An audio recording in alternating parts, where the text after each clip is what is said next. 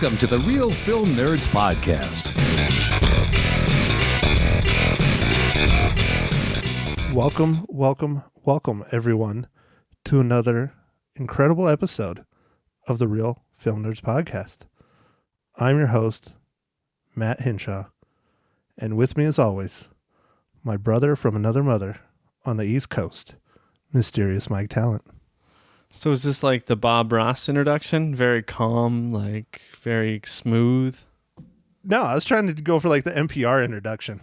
Oh, okay. All right. Was I nailing it? Sure. That's what she said. Yes. You totally missed that. That's what she said. I did. Damn it, Mike. Damn it, Mike. I'm sorry. So welcome, everyone. Another podcast that hopefully someone will listen to other than Mags. Yes, Mike, you can take a sip of your beer. Today, for Real Film Nerds, episode 155, we are talking about a little film that is setting the world on fire. Sam Mendes' 1917. Mike, go ahead. Give us the rundown. All right. Like you said, Matt, this is directed by Sam Mendes. It's starring George McKay, Dean Charles Chapman, Colin Firth, and Benedict Cumberbatch. And this is about two young soldiers embark on a treacherous mission that they must accomplish, holding thousands of fellow soldiers' lives in their hands. This was quite the movie. I understand why it's gotten a lot of nomination buzz. Okay, so, Mike, where are we going with the structure? Because I know you got the structure in front of you. It's written down on one of your 12 Apple devices. Matt, this is where we usually talk about the technical parts of the movie, which this movie has quite a bit of technical stuff in it. It's all technical, man. It's crazy. The one-shot war movie that took 40 to 60 takes per shot. I just read an article about that. 40 to 60 takes? Holy crap. I don't even want to know how long it took them to shoot this movie. Man, it was great. The cinematography on this, at bare minimum, has to win an Academy Award. It has to. It has to. Are you making a prediction right now? Yes, right now. What if 1917 isn't even nominated? Are you going to get mad? Unfortunately, it wouldn't surprise me. Hey, when do the nominations come out? Do they come out tomorrow? I think it's tomorrow. I do think it's tomorrow, yeah. Yeah, because I know it's soon, because we're about, I think we're a little over a month away from the Academy Awards. Yeah, I think it's tomorrow. I got an email from the movie theater company that I usually watch the movies, and they're selling a thing where I could pay I think $35 and watch all the Best Picture nominees, all the movies. Yeah, Harkins did that last year, and I think they did it the year before, but they typically only do that down in the Valley because you can go to one of their many different theaters to catch the different ones, whereas here we only have one Harkins theater, and that would be a lot of movies taking up a lot of space. But if they run it back to back to back to back, you could just knock out one or two theaters. That would work. But anyways. Yeah, I think you would do it over a couple days or a few weeks. I don't know. I guess it really depends. Well, I'm saying it right now, Michael. Right now. 1917, best movie of the year. You think best movie of the year? Yep. Granted, right. It technically came out this year, but they're lumping it in with last year's. I think it's the best movie of the year. I think it was incredible. I liked a lot of movies, but 1917 is on a whole nother level. I'm kind of biased, though, because I'm a history buff, and I've talked about it on previous pods about how there hasn't been many World War I movies done, and this one was done really well. Some of the things they could have helped a bit more on, but for the most part, they definitely captured the feel, the sets, the scenes, the basically everyone giving up on life that was involved in this war because they're all were going to die. They really captured that big time, and I loved it. Matt, I know you're a little bit biased, but I'm going to throw you a curveball, Matt. What do you think about how do you think the Joker movie is going to fare in this? Because, that was an excellent movie as well. I feel like that's going to be nominated, and Joaquin Phoenix's performance was amazing. So what do you think? Now, when it comes to Best Actor, I agree with the Golden Globes picking Joaquin Phoenix. I think Joaquin Phoenix just blew everyone else out of the water by a long shot. Don't get me wrong, the acting is very, very good in this film, for sure. But it's not at the level of Joaquin Phoenix. Joker is a good movie. I enjoyed it quite a bit.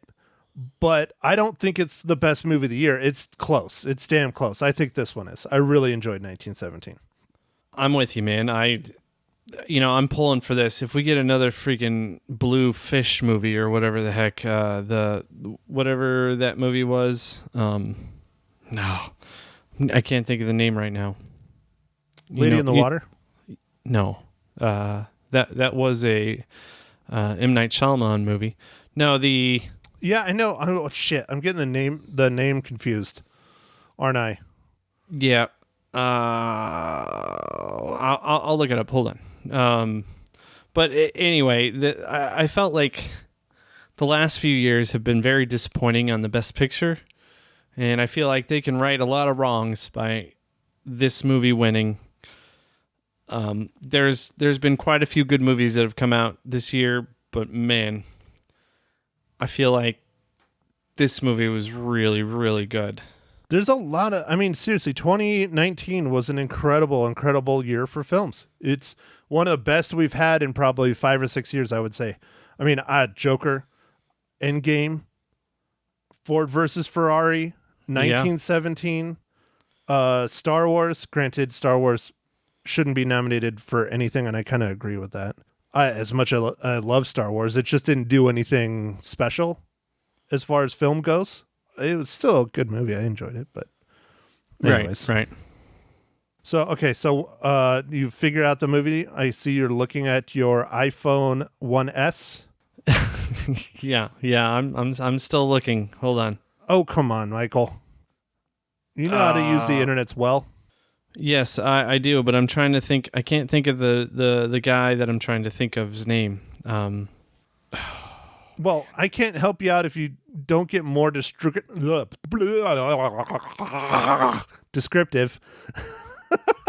So he did. Then the guy that did the thing in that one time with his one name wearing those no pants. So you gotta get more descriptive than that. Yeah, Guillermo del Toro, is that who you're talking about? The director? Yeah. I couldn't. Even though you couldn't describe it, I kind of could tell what you were going for. I just had to give you some shit for a minute before I gave you his name. All right, Matt, you were really close. The Shape of Water. Son of a bitch! I knew it was something with water. So and that it had was a lady in it. Yeah, that was a 2017 movie. So that was 2017's Best Picture. Trying to think. It was a good movie, but it was not the movie of the year. Not in my opinion. As much as I like Guillermo del Toro, that movie was freaking weird. It was great that sci-fi, the same though. year that 3 Billboards came out? Yeah, they got The Shaft. I loved 3 Billboards. I thought that movie was phenomenal. I hated how it ended, but... Yeah, so I think 3 Billboards didn't win because there was some controversy about some things, and that was lame because that movie stood on its own, and it was awesome. All right, Mike, so you done farting around? What are we getting next to on our structure? Well, Matt, usually we would talk about some of the characters and things in this. There's not a lot of characters in this movie, so Matt, do we just want to talk about the overall feel of the setting? Like, do you feel like this was very authentic? All the different props and the different things in this, like I touched on it a little bit earlier. Yeah. I think it was quite on the mark. One thing that about the sets that I was talking about is that when World War I was going on, basically anything and everything was completely decimated. Now you get that in the beginning of the film when they're trying to go through no man's land and the trench warfare and things like that. But still, even the countryside where they were walking through and they went by that little farmhouse and stuff. If it truly was World War I, anywhere near the battlefield, all that shit was leveled. There were no trees. There were no homes. Everything was freaking leveled. Everything. Now, Matt, being a history buff, I'm going to ask a question. This is the only thing that I thought was maybe missing from this, without giving away too much. Well, you can hold on to it till later if you want, but I don't think it's a big. I don't know, man. I'm gonna ask you anyway. okay. So here you go. I felt like they didn't really touch on any of the gas stuff, like mustard gas and things like that. Oh no, they didn't touch on it at all. And I don't know, that might have been a choice by Sam Mendes. I mean, I can get into it a little bit more later on because I did do a smidgen of research on this film to see how much of it truly was a true story and how much of it was not. It is extremely, extremely, extremely loosely based on Sam Mendes's grandfather and his experiences in World War I. Because he volunteered and went out there at the age of 18 or 19 with the British Army. Even though he was not in Great Britain, he was on one of the islands, one of the Atlantic islands that was being governed by the British, I think, at the time. Okay. I mean, yeah. Well, I mean, Britain's empire is quite massive, expansive, yeah. or it has been in different And it periods still of time. was quite large at that point in time in our history. So anyways, yes. So the story is very loosely based on that. And one of the things that his grandfather experienced and was injured for was gas. So I wonder if he wanted to leave it out just kind of in honor of his grandfather, or if it hit a little too close to home. Because like I said, it's extremely loosely based on his grandfather's story in World War I, and we can get into that more in the spoilers than now because it will ruin the whole movie. But yeah, they left the gas completely out, but they also didn't have a whole lot of battlefield shots. Like if you pay attention, you never really see the Germans except for a handful of them in that one night scene that takes place in a town. You never see a big front of Germans. You mostly see British. Yes, that is true. But it really plays into the story quite well, which I don't want to get into right yet. We will in the spoilers, but I think Matt, I think for this movie I don't have too much more to talk about. I think I'm going to have to ask you what you're drinking.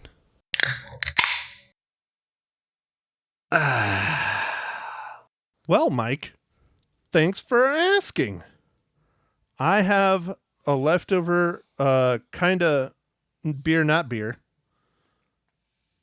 from the other day. I purchased some of these. I thought they were going to be like the Reds, but they're not. They're actually not quite as sweet, which isn't a bad thing. But I am drinking an Angry Orchard hard cider green apple. And I've always kind of preferred the green apple over the regular one because the green apple tends to be not quite as sweet. But this one's pretty sweet. So... Oh, usually it's a little bit more sour, right? And it's kind of what you wanted? Yeah. Yeah, it's not bad, but it's a little sweet. I don't know if you've drank many ciders, Mike, but the Reds, like the Reds regular red cider is like super sweet, like super sweet. And the Angry Orchard regular typically is not. But the Reds green apple is really not sour, not sweet at all. It's kind of in the middle. It's really good. And so I figured I'd try the Angry Orchard's green apple, and it's actually the opposite. It's actually sweeter than I think their regular one. It's still good though. I'm still drinking it. I mean, come on. And, no alcohol abuse over here. So all right. So what canned IPA do we have today? All right, Matt. So you're right. It's another IPA. I'm drinking something called Smashing Hops. It's from a brewery called Ellipsis Brewing. Is that a sexual reference, Mike? Smashing? No, I don't think so. You sure? But it does have like a little Zelda thing on the thing, if you can. That's Link, not Zelda. That's Link. Yeah, Everybody always gets Link. that wrong. Link is the main character. He's the man. Zelda's the princess that you're rescuing. Jesus, Mike, you used to be a gamer. Come on. I know. I'm sorry. Anyway. I was playing Borderlands 3 today for the first time in a long time. Finally. Freaking nice. Did you have fun? That. Yeah, I like that game. It's a lot of fun. You need to play it. It's awesome. I know. Best Borderlands ever. It's so freaking huge. The levels are so big. If you thought they were big in 1 and 2, you have no idea. Nice. That sounded like a sequel. Yeah, it's crazy. Like, it's absolutely crazy how big those levels are. They take forever. Luckily, they added some new cars, and a couple of them are really fast. So, well, Mike, then does that mean it's my turn? I can't talk today. No, you can't. Mike, does that mean it is time for my most important question of the podcast? I think so, Matt. Unless there's anything else you want to talk about the movie before we get into it. How was your theater going experience? I understand that it was very pleasant and not very full and wonderful. It was great. Absolutely amazing. For those of you in the Prescott area, which I don't think is probably many of you because I've been looking at the numbers on our downloads, I went and saw 1917 on opening night, which was Thursday, January 10th. It was snowing here, and people were sliding all over the place and losing their damn minds because there were no plows, and it was absolute chaos. Well, I went to the late show on opening night at 9:45, and I was the only one there in the big theater. It was amazing. Man, that's the way to see it. I'll tell you what. It was so good. Like I've said too many times on the pod, and Matt was jealous. I had a screening, and I saw it on Tuesday of this last week, and it happened to be in their Dolby Atmos theater, which was awesome.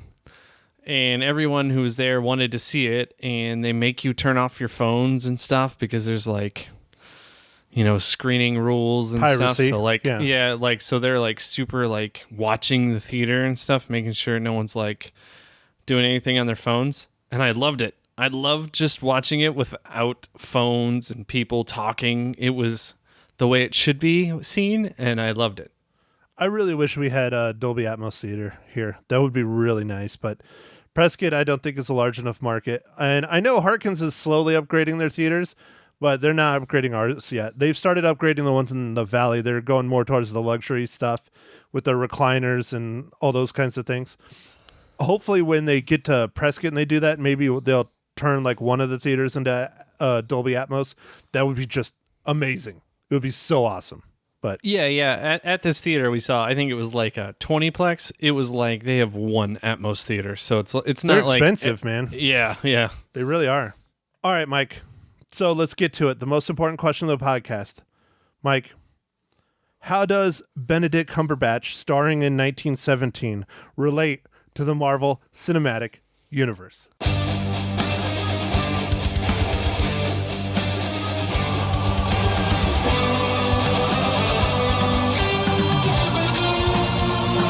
Oh, man, that was a wonderful setup. Thank you for asking. So, said star Benedict Cumberbatch is also Doctor Strange in Doctor Strange, the movie, and Avengers Endgame, and Avengers... I'm forgetting the other one. Infinity War? Infinity War, yep. Jesus, Mike. Jesus. I know.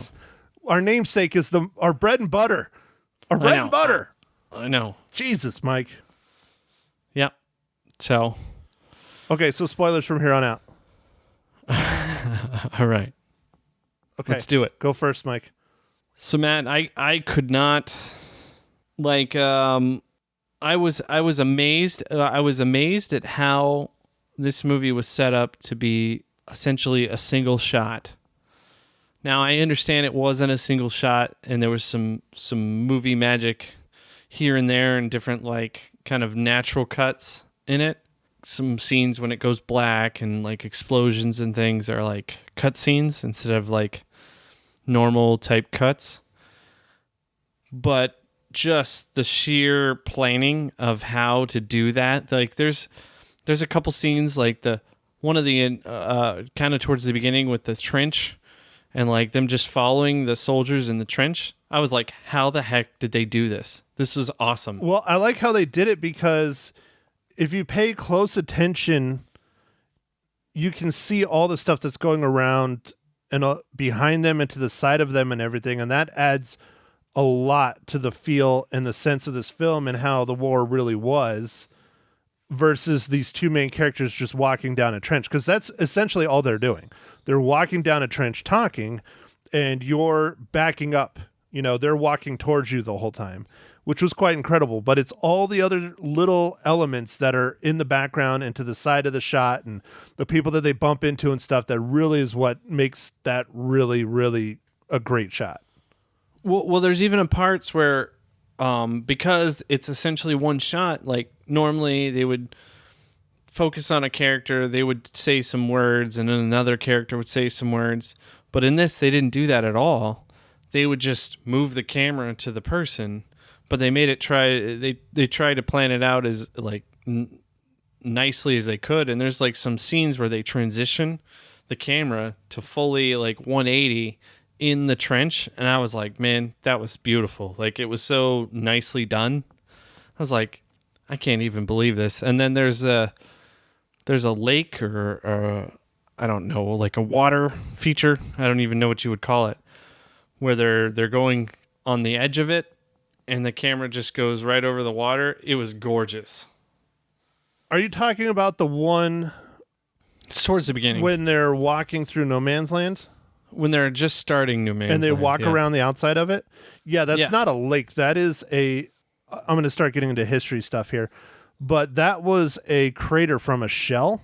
Oh, And it okay. fills with water because one of the things World War I is known for, which they got pretty good, but not really, is the mud and the rain. Literally, there were some battles where the mud was literally killing people. Like, it was eating people alive, the mud, because they would just sink down and they couldn't get out, and they were in no man's land. So they'd just sit there and suffocate. And there would be people screaming for people to come and rescue them and stuff. Anyways, those craters were filling up with the water, and when mustard gas was let loose, it would become toxic water. And a lot of the soldiers didn't realize that, and that was the only way they could get drinking water, and they were scooping water out. So you had a lot of people that died from drinking the water out of these shell craters. But here's another one. Some of those craters were so deep and filled with so much water that some of the guys drowned in them because they couldn't get out. Because the craters are not nice, smooth sides. They're pretty much almost vertical walls. And so a lot of the soldiers would fall in them, like say they're moving in the middle of the night and stuff. They'll fall in them and they just drown. I mean, World War I was crazy, honestly.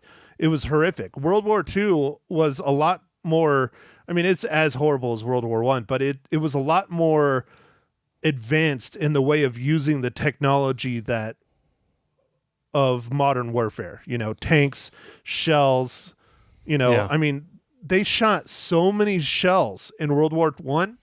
I mean, people went deaf from how much they were shooting. That's one thing they didn't get 100% accurate, was how much shelling there really was. They shelled all the time, both sides, all the time, constantly. Yeah, they did kind of touch on the food stuff. I mean, that's always an issue with every war. Starving, feeding troops is always a problem. So it's like, you want me to do what, and you haven't fed me in 3 days? Like nuts. Yeah. Well, and another good example, I mean, the guy filled his canteen with milk in one scene. I mean, milk at least has some level of calories in it versus water. Water doesn't have calories. So at least it'll help him keep going, and I 100% believe that for sure. Yeah. I mean, he was actually shocked that there was a cow not dead, because it seemed like they were shooting all the cows because they didn't want anybody to have the chance to eat them, and they didn't want to have a chance to use them if they were milk producing cows. Like it was a tactical decision. Right. They even said that in the film. Yeah. And that's one of the reasons why the war finally came to an end was Germany just flat out didn't have resources anymore, like at all. Like, that's one of the reasons why my home country was taken over, was for their resources, and they didn't have much of an army to put up a fight. So, yeah. So one of the things I was alluding to earlier, Matt, which I didn't want to say too much about, was part of the reason that we didn't see a lot of Germans in this movie was this particular few days in this war that literally it's supposed to be real time. So it's like over what? It's a 24-hour period. Yeah, I think it's supposed to be 24 hours. Yeah. Yeah, over a 24-hour period. We're watching this little segment, and the German happened to do one of their extremely, I don't know, it's a great war fighting technique, but it's pretty terrible, is they basically retreat like they're giving up, basically baiting the enemy to come into their area, and then go and attack them, knowing where everything is, and just decimate them. And then some of the stuff is booby trapped as well. But yeah, well, this was a very common tactic in World War I for the Germans, because the Germans had a much smaller fighting force than the British and the rest of the Allies in France and all them. They had a much, much, much, much smaller fighting force. And so one of the tactics they would use is they would start at one line, and they would fight and fight and fight at that one line while other people behind them are building a new line and new trenches and new booby traps and new fortifications and new bigger guns and all that stuff. And then they make the signal and they move back to the new line, drawing their enemy into the fresh new area for them to light up, where they don't have reinforcements, they don't have trenches, they don't have their artillery, they don't have their tanks, and they basically sit there and just, like shooting fish in a barrel kind of thing.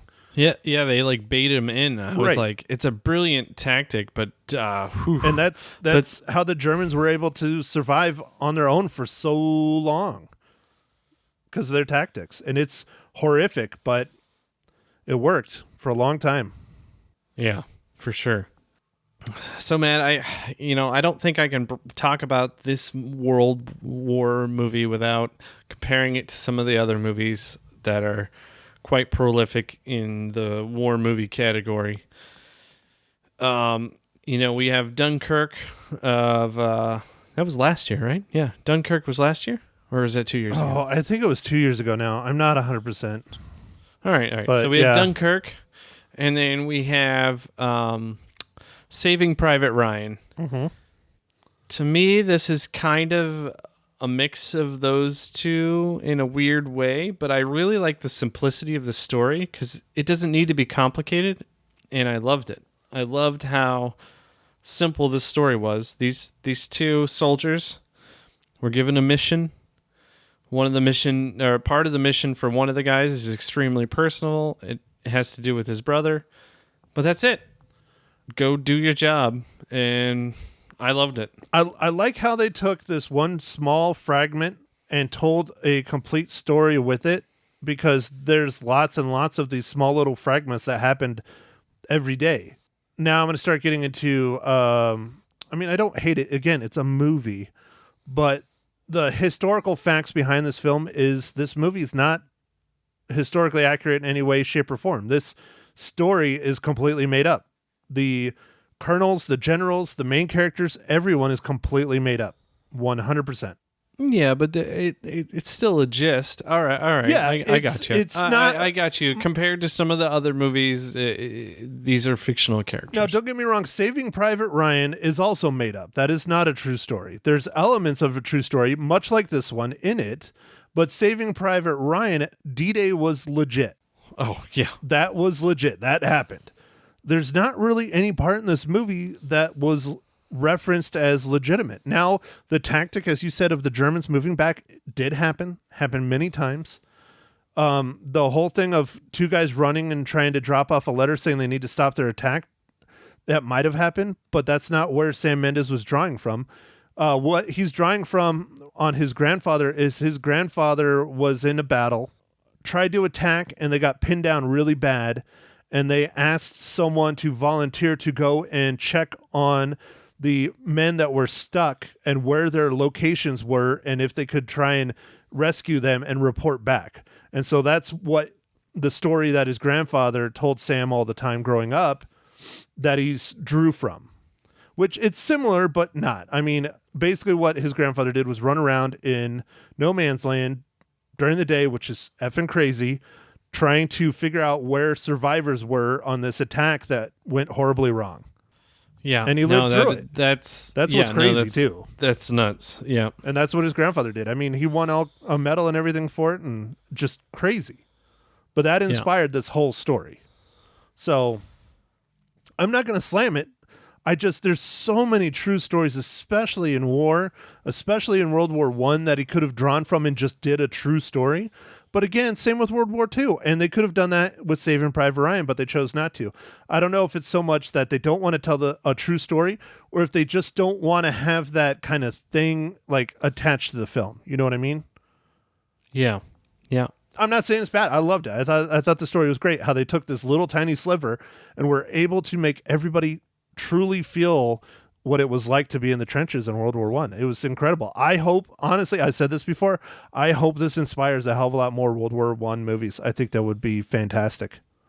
Well, when I was thinking about it just the other day, man, I could not believe 1917. It's 2020. This was 103 years ago. That is nuts, man. That is like, wow. Like, it's just weird to think about 103 years ago. Yeah, and it was the war to end all wars, and here we are still fighting wars. Yeah. I'm not sure who came up with that, but I'm sure it was some brilliant, journalist. Yeah, someone. But, that doesn't matter. But Matt, now there's not a lot of flying in this movie. But what did you think of the little bit of little bit of dogfighting? Yeah, the little bit of scenes that you saw. I mean, it's very little. It's minute, but yeah, I thought it was very accurate. Because World War I, they were flying around biplanes and triplanes.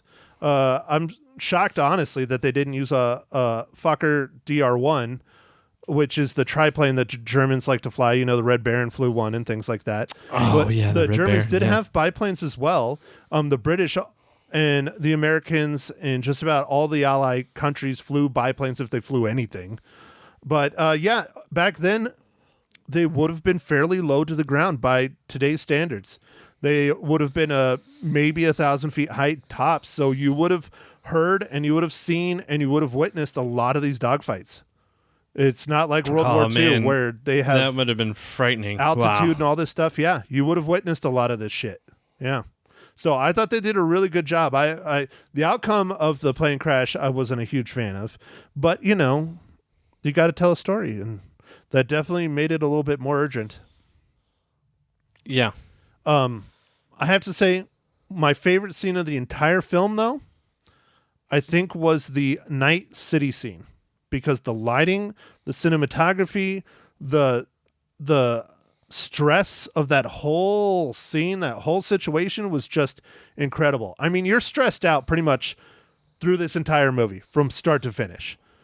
Yes. Just a quick thing on that, not to sidetrack you too much, Matt. I love the length of this movie. It was like 2 hours, and I thought that was perfect. Yeah, 2 hours done. That's how they should be. 2 hours and done. 2.5 hours, 3 hours is too much, man. It's too much. But yeah, so sorry. Honestly, no, dude, very good point. Very good point. But that one scene, granted, it was a long scene. I just loved it. How they lit it, how they shot flares, how there's Germans out there and you get like a glimpse of them every now and then. I mean, it was just, I think it's the best scene in this whole film. I mean, yeah, the war scenes and things were cool, but that was just done so well. So well. It was frightening. It really was. Loved it. Yeah, that was a really good scene. That was a really good scene. I mean, there's so many good scenes. This movie is just like, afterwards, I saw this with my wife, Mags, and Maniacal Mags. What podcast was that, Mike? I don't know, 149? Was it 149? I don't know. Anyway, I saw this with my wife, and she afterwards was 150. You were close. You were close. Yeah, afterwards, she was just like, "Wow." I was like, "Did you like it?" She's like, "It was it was wow. It was wow. Like, Put that on It your was- movie poster, Sam Mendes. It was wow. yeah, I love it. It was deeply impactful for her, and I think everyone we were with. It was just Wait, You walked out of it. Hold on. You have friends? yeah. Is this allowed? Yeah, we saw it with we had a group of 6 people. Jesus, that's a lot of friends, Mike. Did you pay all of them, or just a No, couple? when you have free tickets, there's a lot of new friends. Oh, okay, that makes more sense. So we saw it with some of our new friends, and no, they were established friends. But we saw it with people, and afterwards, everyone was just like, So you've paid them to be your friend before? yeah, everyone was really like, just Wow. taken aback by the movie. Yeah, they were all wow. It was very impactful. The movie, it was just like you walk out of that theater and you're like, whoa, what just happened? That was amazing. And then my first question is, how the heck did they do that? That was The one shot, yeah, it was pretty freaking seamless, and it was pretty gosh darn ridiculous. How, like, literally start to finish. the actors. So you said they had 40 takes or whatever, but I mean, They said just on average, every scene had 40 to 60 takes. On average, that's what they said in the article. Well, just imagine you're an actor. You have to be in character. That entire shot, like if stuff's going wrong, they have to roll with it. Like everything, like, and they have to know all their lines. Now, granted, this isn't a very wordy movie, but it is a lot. Like just everything that's happening, and just to be in character. I don't know. I felt like wow. Like it's just like technically, it was really just amazing to watch, and it was done so well. It was, dare I say, epic. Yes, epic. That's a good word. Epic's a good word. All right, Mike. Well, after your glowing review there, let's find out how many reels does Mr. Talent give 1917? All right, Matt, this might shock you. No, I don't think so. Unless you give it 1 reel. Then I will be shocked. I'm going to give this one 5 out of 5 reels. First perfect score of a new film. Wow. Yeah, see? Look at you. Look at wow. No, I was burping. Sorry. I was trying not to all burp right. into the microphone like a good host of a podcast. Oh, okay. All right. So, Mike, I wanted to give it 5, Oh, wow. but I Look didn't at give you. it 5. Ripping it apart. I'm not ripping it apart. I just, I give it 4.5. I think 4.5 is a good score. Okay. All right. Don't hate. Well, don't hate on me. I mean, hey, we do our different opinions. It's totally real, people. We don't consult about this. It's good. I probably should have given it 5, but I think 4.5 is good. I think that's a good, nice, solid rating, Michael. Now, I will say, as a addition to my reels, if at all possible, try and watch this in the theater. And it is really good in the theater. And hopefully you have an experience like Matt or I, where it was very positive experience with no interruptions of any kind, and you just were able to envelop yourself in the movie. The best way to get that kind of experience too is to go on the off times. Go to the late show during the week. Go to the early show unless you live in Prescott during the week. Just go at like off times. Don't go on Friday night at 6 o'clock or 7 o'clock because everyone and their mom's going to be in there, because that's when general public people go to the movies. And they're going to talk, and they're going to be on their cell phones, and they're going to be crunching their popcorn and all that, which is fine. They're a lot, I am very glad general public go and see movies. That's great. But if you want to go and experience it where you don't have to deal with that crap, go on an off time. That's my advice. Yeah, no, that's good advice. I tend to watch the movies early in the morning in my area because there's not a lot of people, but I understand in Matt's area that's the wrong time to go. Dude, because it's I tons of people. made that mistake once. I saw, oh God, who was it? It was their Denzel Washington's first sequel.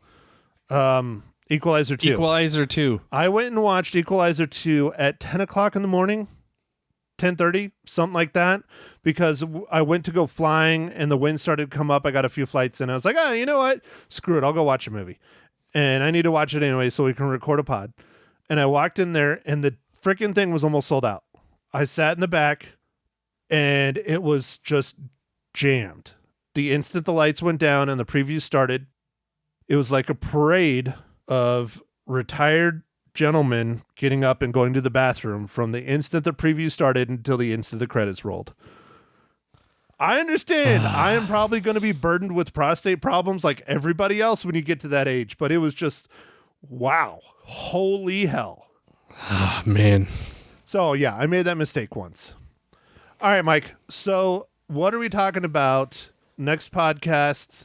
Possible podcast after that? You were talking Two Popes. So I apologize. I am a super slacker and was not able to get with Matt earlier to record Two Popes, but I believe it will be nominated for some stuff. So I would like to review it. It is a great movie, and it is on Netflix currently. So I plan to review it with Matt here soon. And then also for next week, we were talking about doing Bad Boys for Life. So I think we should still do that because that looks fun. I mean, it's going to be ridiculous, but I think it'll be fun, Matt. Dude, double dose of Michael Bay in January. That's how you start out the year, baby. Michael Bay. Yeah. We're baying it up. Yeah, we're baying it up. Let's see how Bay this one is. Yeah, we're starting 2020 off with a Bay bang. Yeah. This new decade, this new year, there's just Bay bangs everywhere. Woo! Yeah. Whatever a Bay bang is, we're doing it. So you heard it here, people. You heard it here. Real film nerds. # Bay bang. Dude, that's it. We're owning that hashtag. I'm using that. I'm going to go back. All the Michael Bay movies we reviewed, I'm adding Bay bang. All right. I love it. I love it. # Bay bang. All right. So I'm looking forward to that. I don't know what else, Matt. I don't know what else is coming down the pipe. Coming out man. after that. Yeah. January tends to be dead. Yeah. Award season is kind of coming to a close. There's not a whole lot of summer blockbusters coming. I know there's a couple of horror movies coming out that I don't really have much of an interest. I think if we keep getting more and more numbers on the tributaries, man, I think we should ramp up some of those because there's a couple that I wanted to see. I don't know if they came out in theaters or not. I think they might have, but on Amazon, there's a couple on Hulu. There's a couple on Netflix that I would like to see. I think if people like us talking about the streaming movies, I think we should try and ramp that up a little bit, especially in our slow period. Yeah. So. Yeah, I'm down for that. Man, Netflix cranking it out, man. I watched this other movie the other day. Something Moon, like Blue Moon, or I don't know, something Moon, and it was a Netflix original movie, and it was actually pretty good. It's kind of a time jumping movie, and I kind of liked it. So maybe we could review that. I don't know. It's probably a little bit off kilter, but. Dude, that's fine. And I think that's one reason why our tributary podcasts get picked up so hard versus our regular podcasts is because people are looking for something to watch at home and they want to hear if it's worth their time or not. That's just me hoping that's what they're thinking, but I could be wrong. Yeah. I think you're right. I don't think a lot of the other pods that do movie reviews pick up as many streaming movies, and I feel like streaming is becoming so big as far as the new movies and stuff.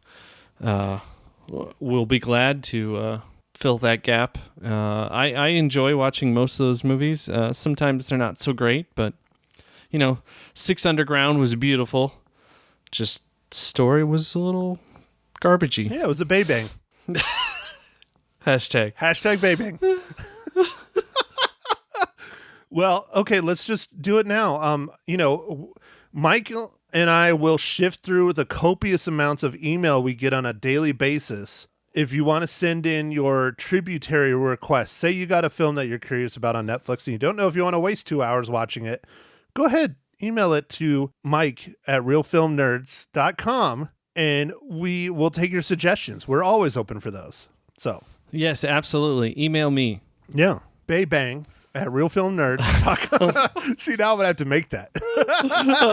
I'll just forward them all to you. Yeah, you'll just alias. Nice. It's fun. All right, Mike. Well, I don't think I have anything else other than if you do not watch 1917 in the theater, you are doing yourself a disservice. Yeah, I believe that is a true statement. Maniacal Mags echoes that statement. She encouraged me to tell people to watch it in the best format that they could, anywhere they could watch it, in the theater. Well worth it. So, other than that, go spend money, get a popcorn, watch this in the theater. Yeah, this movie deserves. I mean, there's been quite a bit of hype for it, and I was like, is it worth it? Is it worth it? Yes, watch it. So, with that, thanks for listening, everybody. Catch us on all the socials: the Instagram, Twitter, Facebook, and we'll catch you on the next pod. Thanks for listening. Hashtag Baybang. Yeah, gosh, yes. Hashtag Baybang. Thank you for listening to The Real Film Nerds. Now, don't forget to follow us on Facebook, Twitter, and Instagram at Real Film Nerds. Now, go out and catch a movie.